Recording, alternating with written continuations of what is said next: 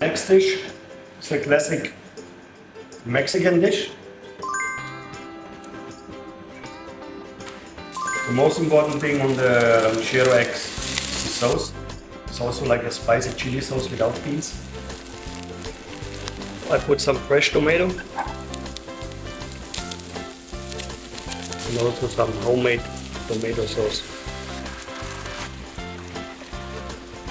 Sunny side or whatever. Here comes our egg.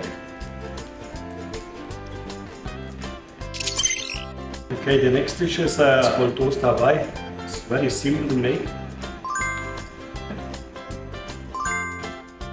Then you put your pineapple, also one cheese only.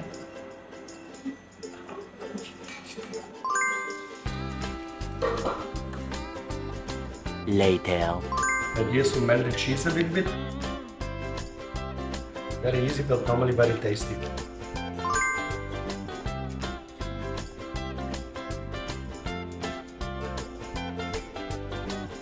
好吃吗？